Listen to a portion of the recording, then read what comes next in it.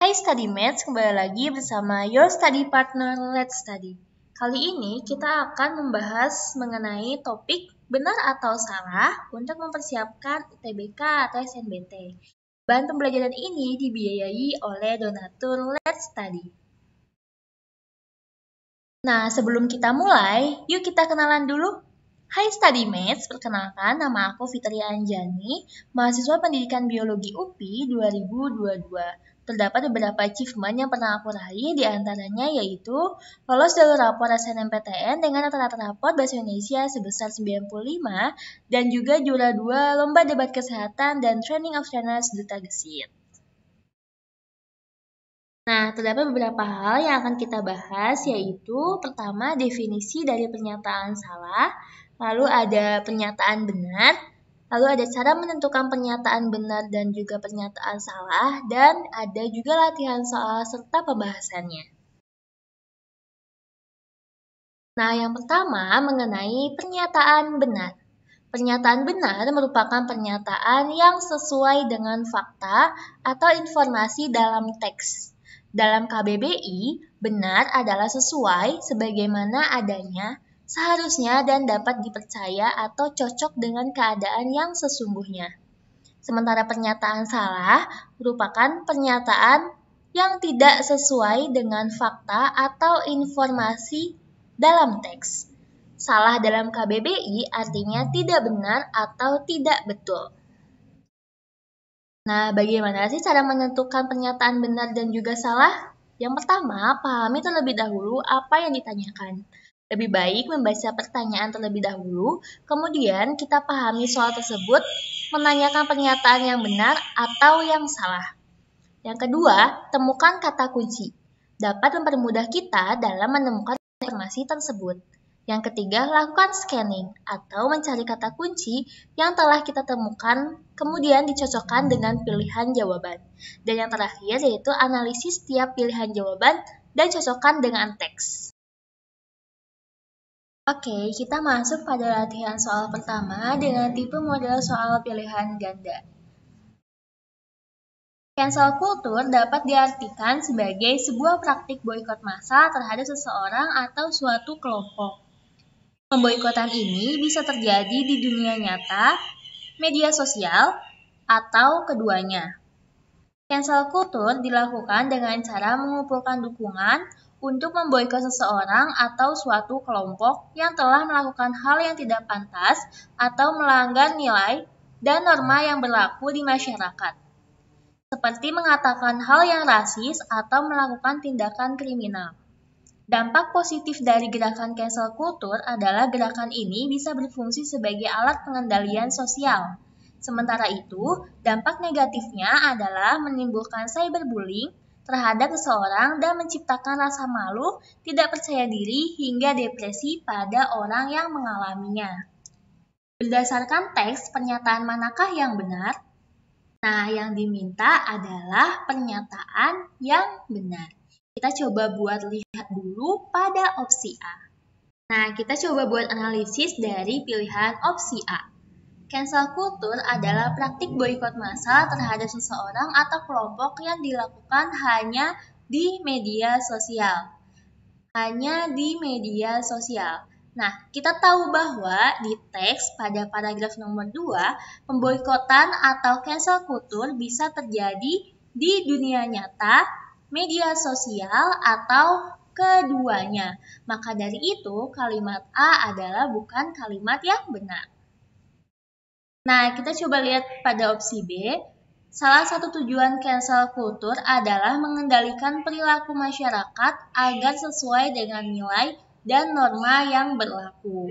Nah, hal ini betul bahwa cancel culture merupakan salah satu tujuannya adalah untuk menegakkan kepatuhan terhadap nilai dan norma tersebut.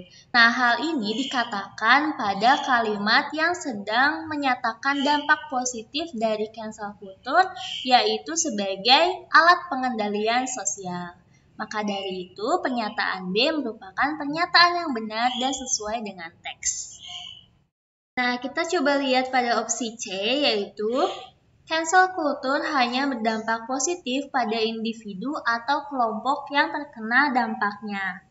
Nah, pernyataan ini salah karena cancel culture memiliki dampak positif dan juga dampak negatif yang signifikan pada individu atau kelompok yang menjadi target seperti kerugian psikologis, sosial, dan juga profesional. Maka dari itu, pernyataan C merupakan pernyataan yang salah dan tidak sesuai dengan teks. Nah, kita coba lihat pada opsi D. Dampak negatif dari cancel culture hanya terbatas pada kehidupan profesional seseorang. Pernyataan ini salah karena dampak negatif cancel culture juga dapat mempengaruhi kehidupan pribadi seperti psikologis dan reputasi seseorang di masyarakat. Jadi bukan hanya terbatas pada kehidupan profesional saja. Maka pernyataan yang D adalah pernyataan yang salah dan tidak sesuai dengan teks. Nah, kita coba lihat pada opsi E. Salah satu dampak negatif dari cancel culture adalah munculnya rasa percaya diri pada individu yang terkena dampak. Nah, pernyataan ini merupakan pernyataan yang salah. Karena kita tahu bahwa dampak negatif cancel culture biasanya menurunkan kepercayaan diri, bukan meningkatkannya. Karena individu yang terkena dampak seringkali menghadapi stigma, tekanan sosial, ataupun perasaan yang dikucilkan. Maka dari itu, pernyataan E adalah pernyataan yang salah. Maka kita tahu bahwa pernyataan yang benar dan sesuai dengan teks adalah opsi B.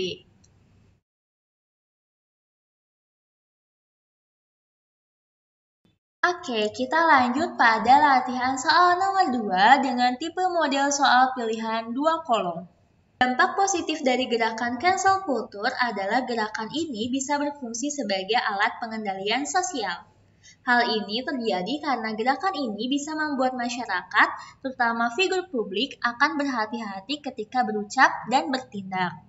Sementara itu, dampak negatifnya adalah menimbulkan cyberbullying terhadap seseorang dan menciptakan rasa malu, tidak percaya diri, hingga depresi pada orang yang mengalaminya.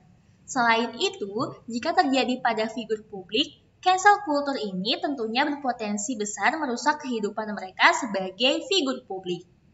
Tentukanlah apakah pernyataan dalam tabel berikut benar atau salah. Yang pertama, cyberbullying adalah salah satu efek negatif yang mungkin timbul akibat cancel culture. Benar atau salah? Pernyataan selanjutnya, cancel culture dapat merusak kehidupan figur publik, terutama jika reputasi mereka tercemar di ruang publik. Benar atau salah? Nah, kita coba buat jawab pernyataan pertama dulu ya. Cyberbullying adalah salah satu efek negatif yang mungkin timbul akibat cancel culture. Dalam teks dijelaskan bahwa salah satu dampak negatif dari cancel culture adalah cyberbullying. Cancel culture sering kali memicu serangan massal di dunia maya terhadap individu atau kelompok yang menjadi target yang merupakan bentuk dari cyberbullying. Maka dari itu, pernyataan pertama adalah pernyataan benar. Kita lanjut pada pernyataan selanjutnya. Cancel culture dapat merusak kehidupan figur publik terutama jika reputasi mereka tercemar di ruang publik. Teks menyebutkan bahwa cancel culture berpotensi besar merusak kehidupan figur publik, terutama karena reputasi mereka sebagai tokoh masyarakat dapat rusak akibat tindakan ini. Kehidupan profesional mereka dapat terganggu karena kehilangan dukungan publik sebagai figur publik. Maka dari itu, pernyataan yang kedua pun merupakan pernyataan yang benar. Kita masuk pada latihan soal nomor 3 dengan tipe model soal isian singkat. Orang-orang yang mengalami cancel culture biasanya menjadi lebih didukung dalam segala aspek kehidupannya. Apakah pernyataan di atas termasuk ke dalam pernyataan salah atau pernyataan benar sesuai dengan teks sebelumnya? Dan jelaskan. Nah, kita tahu bahwa tujuan cancel culture adalah memboikot atau menghukum seseorang atau suatu kelompok yang dianggap melanggar norma dan nilai sosial. Oleh karena itu, cancel culture cenderung mengurangi dukungan terhadap suatu individu tersebut dan bukan menambahnya. Oleh karena itu, pernyataan tersebut merupakan pernyataan yang termasuk ke dalam kalimat yang salah. Nah, di sini terdapat key main takeaways untuk membantu StudyMates lebih memahami materi ini. Pernyataan benar merupakan pernyataan yang sesuai dengan fakta atau informasi dalam teks. Sementara pernyataan salah merupakan pernyataan yang tidak sesuai dengan fakta atau informasi dalam teks. Cara mudah untuk menemukan pernyataan benar atau salah adalah dengan mencari kata kunci yang telah kita temukan dan kemudian dicocokkan dengan pilihan serta jawaban.